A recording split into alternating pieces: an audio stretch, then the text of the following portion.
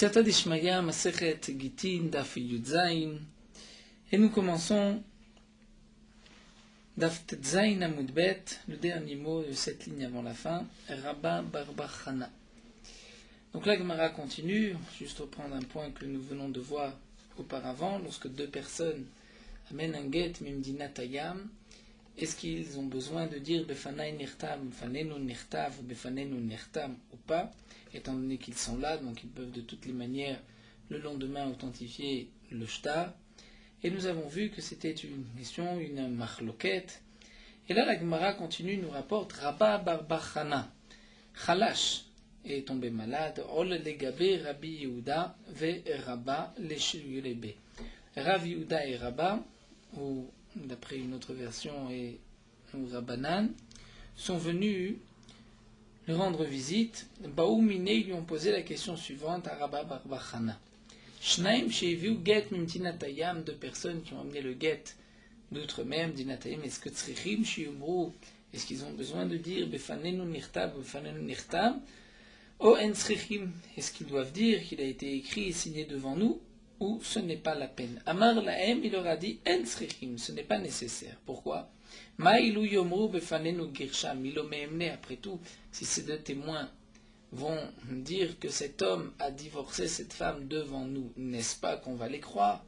Donc, lorsque ces deux personnes amènent le guet, il est évident que on leur fait confiance, même s'ils n'ont pas dit puisqu'ils sont là demain pour authentifier le shtar s'il y a un quelconque hirour du mari. Hadeachi, entre-temps, Ata ha'u chavra, est venu un chavra, Rachid dit c'est un parsaé, un perse, Shakla le sharga mikamayu, et a pris la veilleuse, la lumière qui se trouvait devant eux. Rachid nous explique, les parsim avaient un jour de fête où ils n'allumaient des veilleuses de la lumière que dans leur maison de Avodazara, là où ils pratiquaient l'idolâtrie. Et donc ils n'acceptaient pas que dans d'autres maisons il y ait de la lumière. Donc ce chavra, ce parsi, est venu et a enlevé cette lumière de devant les chachamim. Amar, à ce moment-là, Rabba Bachana a dit, O Rachamana, il a dit à Kadosh Baruch Hu, O Betulcha, O Betula de Baresa. C'est-à-dire que tu nous gardes, tu nous caches Betulcha, c'est-à-dire sous ton ombre, O Betula de Baresa, ou sous l'ombre de Bar Esav, de la descendance de Esav. Dire encore, la descendance de Esav, les Romains nous respectaient.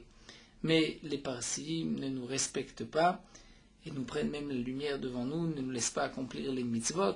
Donc il a exprimé comme prier et dit à Kadosh Baruch Hu, ou bien tu nous gardes sous ta tutelle, ou alors sous la domination des Bnei Esav.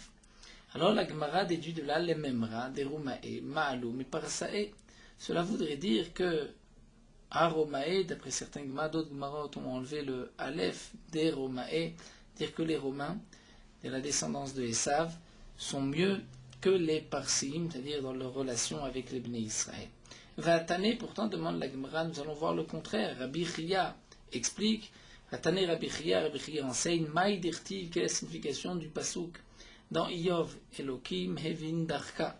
Akadosh Baruch Hu a pensé, a compris le chemin de la Torah et de ceux qui l'étudient, nous dit Rashi.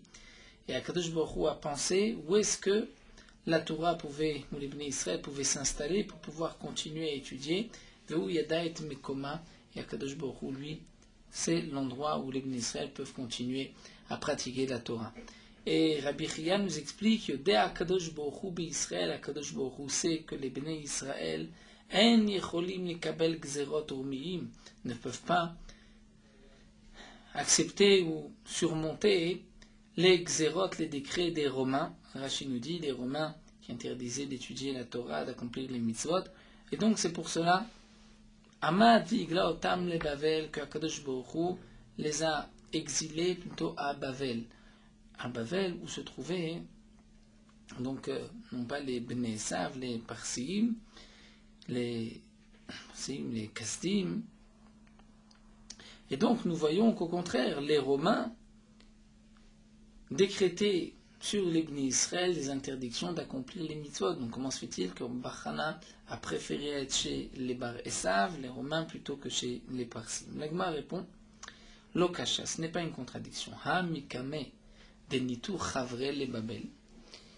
Ça c'était avant que les Chavre sont arrivés en Babel, et ha le batar de atu chavre le Babel.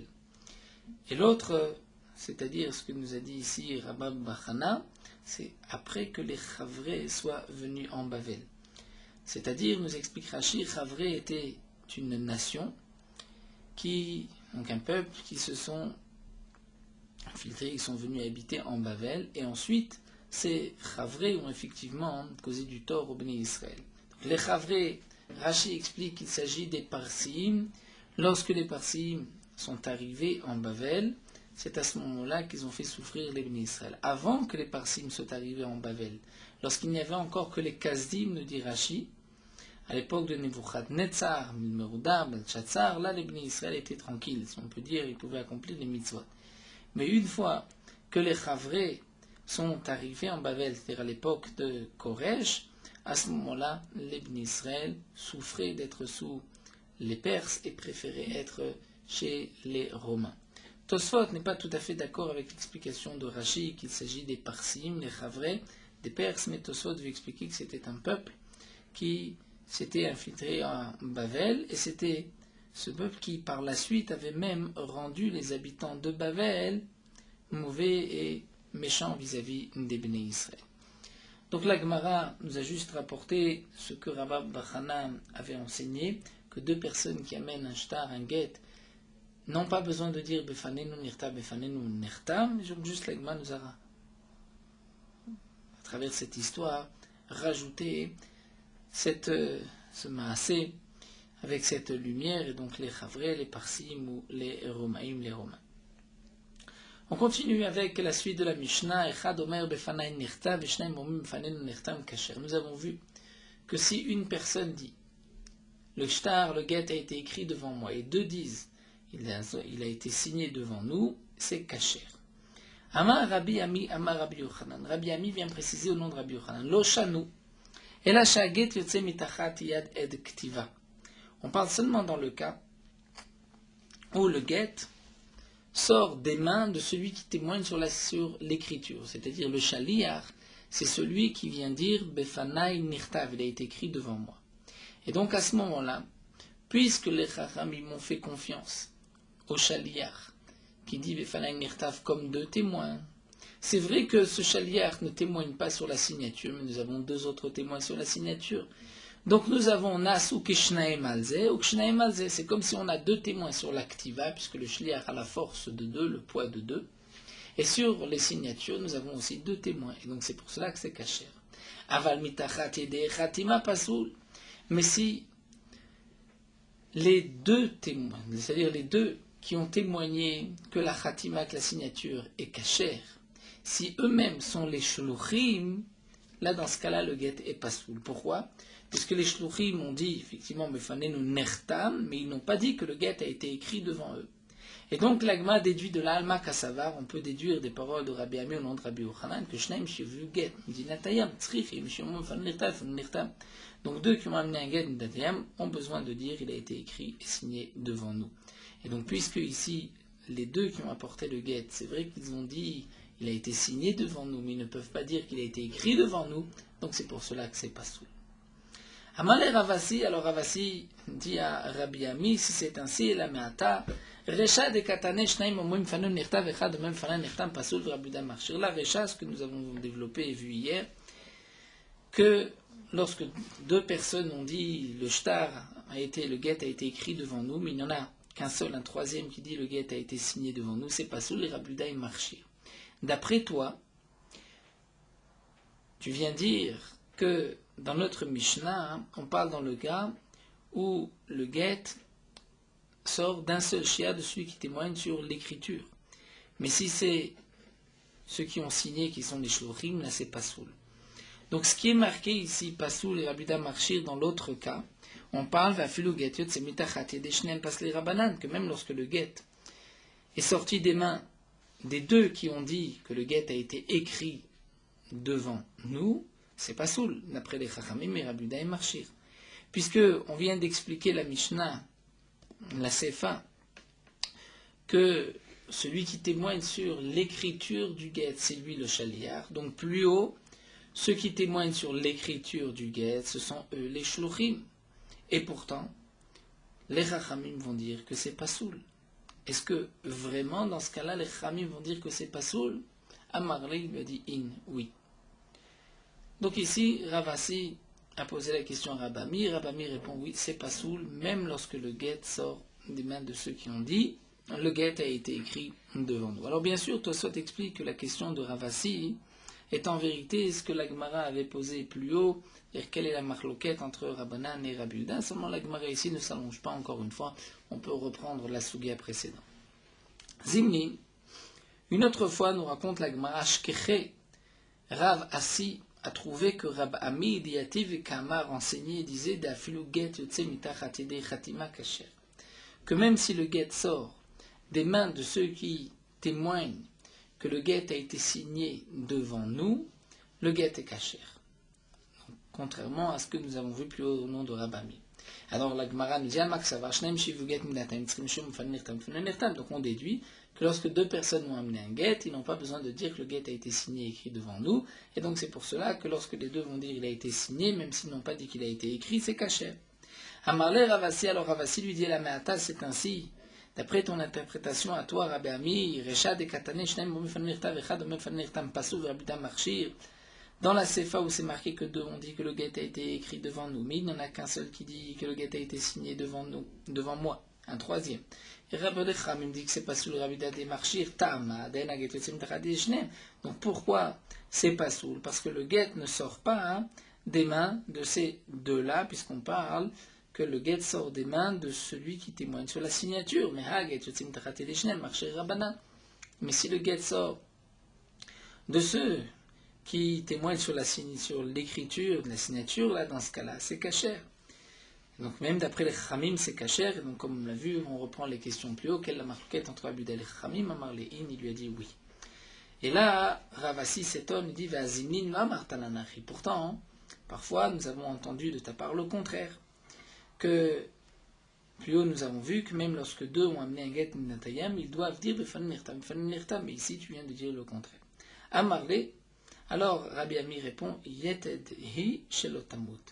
Effectivement, ce que je viens de te dire maintenant, c'est un pieu qui ne va pas bouger, qui ne va pas sortir de son emplacement, c'est-à-dire garde le deuxième enseignement, ce que je viens de dire là en dernier, c'est ce que tu dois retenir, c'est ce qui est fixé pour la halacha.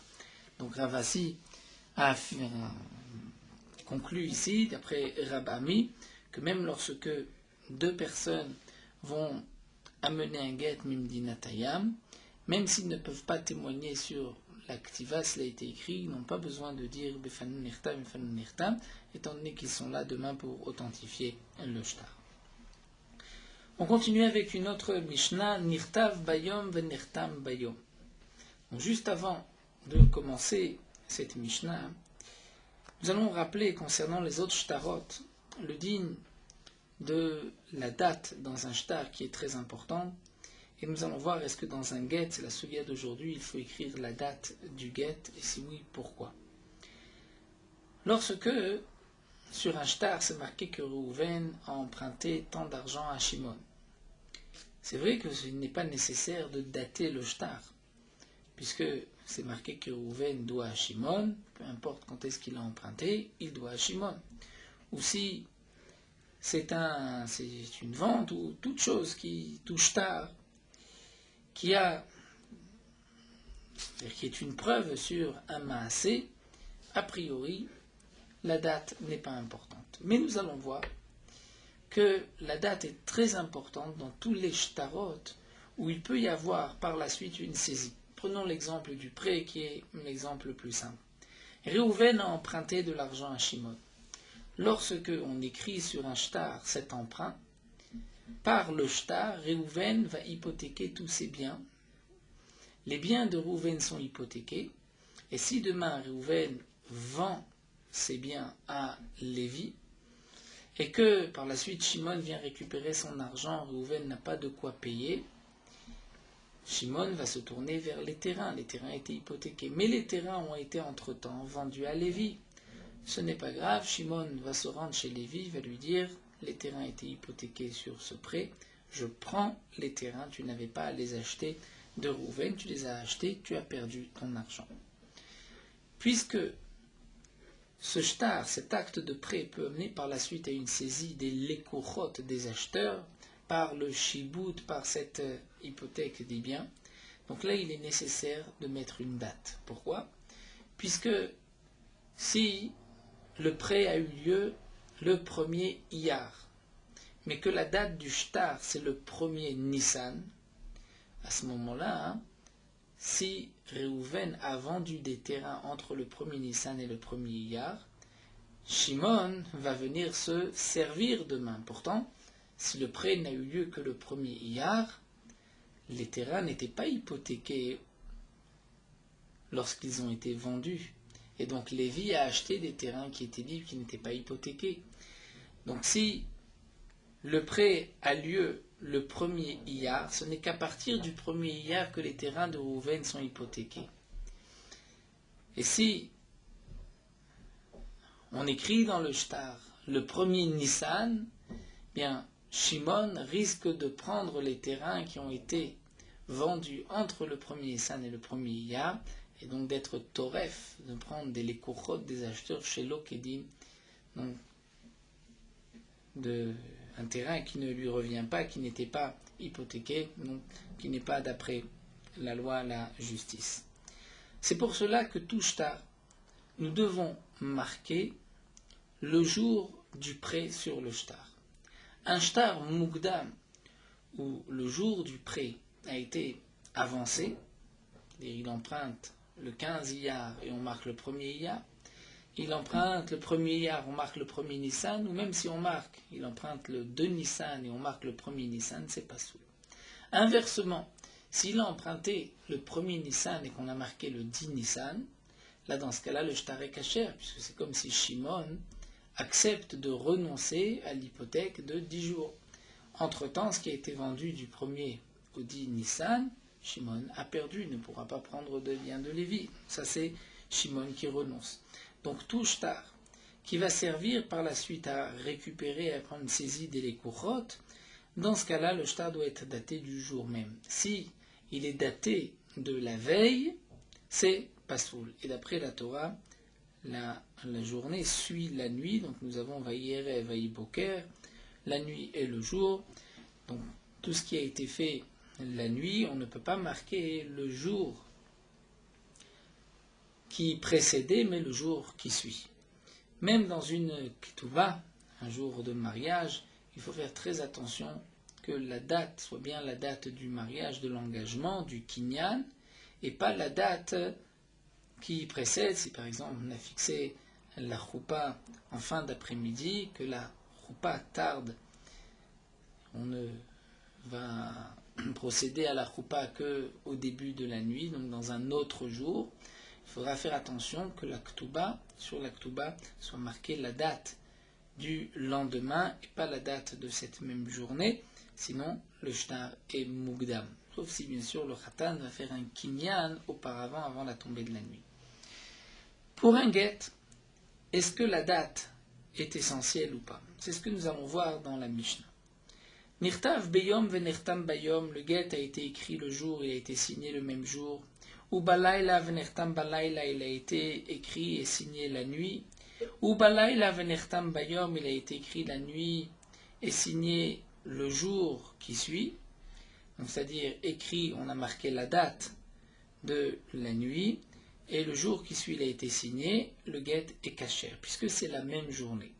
Mais bayom venertam balayla, si on a écrit la date du jour, il a été signé la nuit qui suit, donc c'est un autre jour, là il est pas soul, puisque c'est un get où la date est mukdemet, elle a été avancée. Rabbi Shimon marchir, et Rabbi Shimon lui permet, dit que le get est kasher. Pourquoi? Shaya Rabbi Shimon omer kol hagetim shenirtevu bayom nirtemu balayla psulim. Rabbi Shimon a l'habitude de dire tout get, c'est-à-dire tout acte de vente, de cadeau, de prêt, où la date n'est pas la date du jour, mais c'est une date qui a été du jour qui précédait ou d'avant, c'est pasoul, comme nous l'avons expliqué, puisqu'on risque de saisir des acheteurs chez l'Okadin, chutz megiten hashim, à l'exception d'un acte de divorce, étant donné que l'acte de divorce sert à permettre à cette femme de se remarier, mais ne va pas servir à prendre des biens hypothéqués des acheteurs. Donc nous allons essayer de comprendre quelle est la raison en vérité des chachamim, pourquoi le get mukdam est pasoul. Tout d'abord, la Gemara va développer la raison pourquoi on doit marquer une date sur un get. Itma. Mipnema tiknu zman begitim, pourquoi les chamim ont institué de marquer une date dans un get. Après tout, le get ne va pas servir à récupérer de l'argent, à une saisie, prendre les biens hypothéqués, donc peu importe la date. Rabbi Yochanan omer mishum batachoto. Rabbi Yochanan répond à cause de batachoto, c'est-à-dire de sa nièce. Peut-être qu'un homme est marié avec sa nièce, et dans le cas où sa nièce, qui était sa femme, a commis un adultère alors qu'elle était mariée, et elle va être condamnée à mort.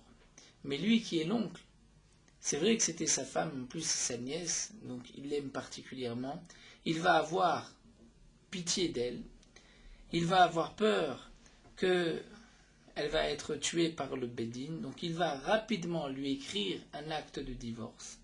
Et il ne va pas le dater. Et lorsqu'elle va être jugée au Bédine, on va dire, mais cette femme a commis un adultère, elle va sortir, son acte de divorce n'était pas du tout, j'ai pas commis d'adultère puisque j'ai été divorcée avant.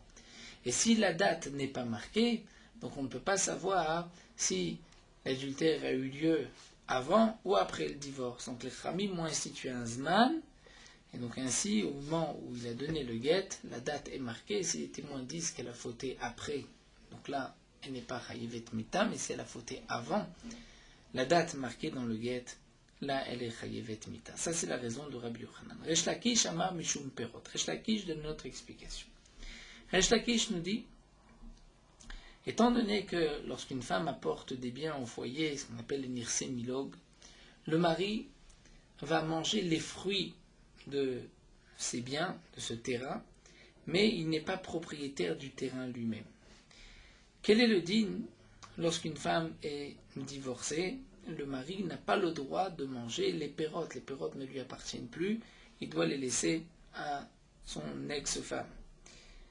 Donc si nous avons une date dans le guet, donc là, à partir de cette date, si le mari a vendu des fruits de Nirse Milog, la femme peut les reprendre. Peut dire, mais ces fruits n'appartenaient pas au mari. Donc si nous n'avons pas de date, à ce moment-là, il peut vendre. Et lorsqu'elle va réclamer au Bédine, dire, mais mon mari a vendu, mon ex-mari a vendu les fruits alors qu'on était déjà divorcés, on posera la question à la femme, puisqu'il n'y a pas de date, apporte une preuve que tu as été divorcé avant la vente. Et si elle ne peut pas apporter de preuves, donc elle va perdre les fruits, ses pérotes. Donc d'après Resh Lakish, c'est Mishum Perot, c'est pour cela qu'on doit marquer une date. La Gemara dit Resh Lakish ma'itama lomak Rabbi Yochanan. Pourquoi Resh Lakish n'a pas expliqué comme Rabbi Yochanan, de peur qu'il risque de couvrir sa nièce, sa femme, qui a commis un adultère. Et Resh Lakish répond Amar lecha znut lo shchicha. C'est-à-dire znut, qu'il y ait eu un adultère, ce n'est pas très fréquent. Et donc les Chachamim n'ont pas craint ce chajaj, ce znout, pour instituer un zman, une date dans le guet. Alors Rabbi Yochanan ma'itama lo amak Resh Lakish. Magma, pourquoi lui Rabbi Yochanan n'a pas expliqué comme Resh Lakish? L'agma répond qu'Asavar yesh le baal perot atchat netina. Parce que Rabbi Yochanan pense que le mari a droit à manger, mais à vendre.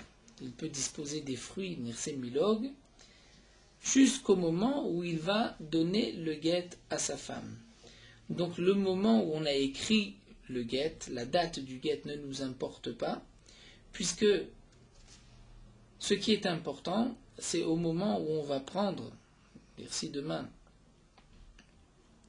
la femme vient dire mais le mari a vendu les fruits alors qu'elle était déjà divorcée, on va lui demander à cette femme d'apporter des témoins qui vont nous dire exactement quand est-ce qu'elle a reçu le guet. Tant qu'elle n'a pas reçu le guet, le mari peut encore disposer des fruits, des pérotes. Alors que nous allons voir que Resh Lakish lui pense que dès qu'on écrit le guet, comme nous allons le voir tout de suite, Kevan Shinatan Enaf le Garsha, dès que le mari pense la divorcer, il a perdu les pérotes, les fruits de Nersemilou. Donc c'est pour cela qu'il faut dès maintenant, dès le moment où on écrit le guet, dater le guet. Alors l'Agma nous dit Bishlama le Resh Lakish Mishumachi Kamarchi Rabbi Shimon. Encore d'après Resh Lakish, qui nous a précisé, qui nous a expliqué qu'on marque une date dans le guet à cause des fruits. Mishumachi Kamarchi Rabbi Shimon, on va comprendre la marloquette entre Rabbi Shimon et les Chachamim. Donc, comme nous l'avons vu, d'après Rabbi Yochanan, le mari peut disposer des fruits jusqu'au moment où il va donner le guet à sa femme. Resh Lakish, lui, n'est pas d'accord. Il pense que bien avant, au moins dès qu'on a signé le guet, le mari n'a déjà plus de pérote. Et donc on peut ainsi expliquer la marloquette entre Rabbi Shimon et les Chachamim. Chachamim, nous verrons par la suite, c'est à partir de quand le mari va perdre les fruits. Les Chachamim pensent à partir de la signature et Rabbi Shimon pense à partir du moment où on écrit le guet. Donc on comprend notre Mishnah. Dans notre Mishnah, dans le cas où on a écrit le guet le jour, mais il a été signé la nuit, d'après les Chachamim de la Mishnah, le guet est pas soul. Pourquoi? Puisque le mari a perdu les fruits seulement à partir de la signature. La signature, c'était la nuit. Mais on a marqué la date du jour. Donc on va faire perdre au mari les fruits qu'il a vendus entre l'écriture et la signature. Et ça, le mari n'a pas perdu, puisqu'il pouvait encore disposer de ses fruits. Donc le shtar qui va lui faire perdre ses fruits est pas soul. Rabbi Shimon, lui, par contre, pense que dès que le mari a commencé à écrire le guet, il a perdu les fruits, et puisqu'il a perdu les fruits, donc la date qui était la date du moment de l'écriture, c'est la date à partir du moment où il perd les fruits, et donc le shtar n'est pas mugdam par rapport à l'écriture.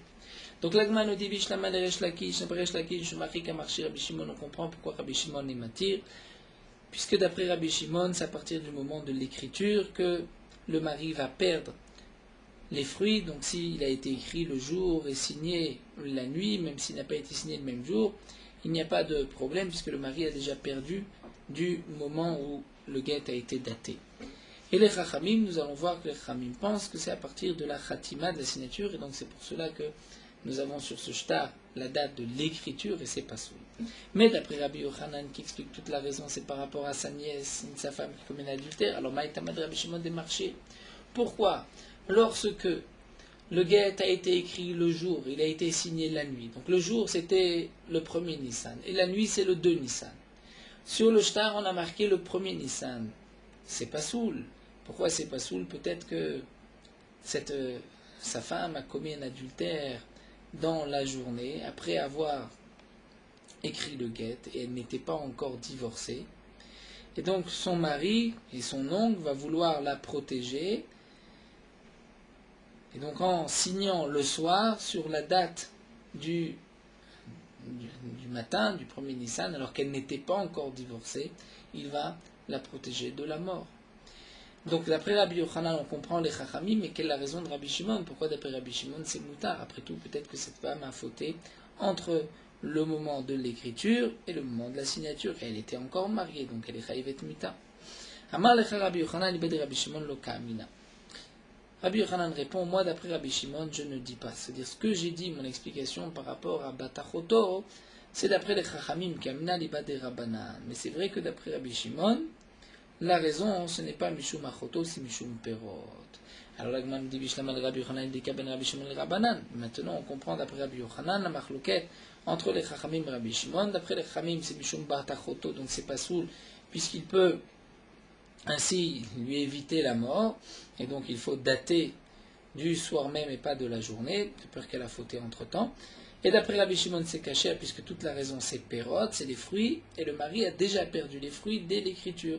Donc le shtar n'est pas mugdam par rapport aux fruits que la femme veut récupérer. Et là, les Resh Lakish, Maïka ben Rabbi Shimon le Rabbanan. Mais d'après Resh Lakish, quelle est la différence entre Rabbi Shimon et Rabbanan? Et donc l'Agma va expliquer ce que nous avons dit plus haut, que d'après Rabbi Shimon, le mari va perdre les fruits à partir de l'écriture, alors que d'après le Khamim, à partir de la signature. Maïka ben Rabbi Shimon le Rabbanan, ce sont les fruits Pered et Meshat Ktiva Vachat Khatima, les fruits entre le moment de la Ktiva où on a écrit et le moment de la Khatima Eka ben Nayou. Que d'après Rabbi Shimon, le mari a déjà perdu les fruits au moment de l'activa, donc même si nous avons la date de l'activa, le mari a tout perdu, la femme pourra reprendre ce qu'il a vendu par la suite, alors que d'après les Rabbanan, c'est seulement à partir de la Khatima. Et donc, s'il y a la date du jour, on risque de reprendre des fruits qui appartenaient au mari, donc c'est pour cela que le shtar est pas sourd. Mais la Gemara s'étonne, va ifra shaminan leu, pourtant nous avons vu le contraire, des itmar, mais matai motzim la perot, à partir de quand motzim la perot, c'est-à-dire on va reprendre les fruits. Rabbi Yochanan même mishat ktiva, à partir du moment où on écrit, et Resh Lakishama mishat netina, à partir du moment où on donne le guet. Et là nous venons de dire le contraire, que d'après Rabbi Yochanan, le mari a les fruits jusqu'au moment où on donne le guet. Ce n'est pas Resh Lakish qui a dit ça, c'est Rabbi Yochanan. Là il me répond, il faut, très bien, on va changer. Rabbi Yochanan et Resh Lakish, on va changer les noms, et c'est Rabbi Yochanan qui a dit mishat netina. Amarle Abaye le Rav Yosef. Abaye poursuit et dit à Rav Yosef, Shalosh gitin psulim v'imniset avlat kasher.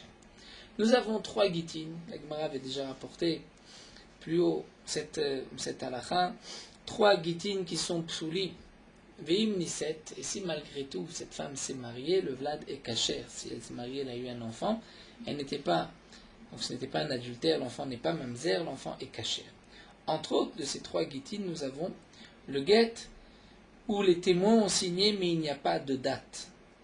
Donc un guet qui n'a pas été daté, on voit qu'il est pas soul, mais malgré tout, si la femme s'est mariée, l'enfant n'est pas mamzer, il était caché. Alors demande à Bayer Rav Yosef, Mao ilo chachamim betakanatan, qu'est-ce que les chachamim ont gagné par cette takana, c'est-à-dire, quelle était cette takana de mettre une date, puisque de toutes les manières le guet est caché. Donc on marque ou on ne marque pas, c'est caché bediavad. Alors, il a répondu, Rav Yosef, on a au moins gagné que les khatrila, on ne se marie pas avec un tel guet. Et donc, nous explique Rashi, puisque les khatrila, on n'écrit pas un tel guet, donc si cet homme-là veut protéger sa femme, qui est sa nièce, et va demander à des sofrim de lui écrire, il va le dater d'avant.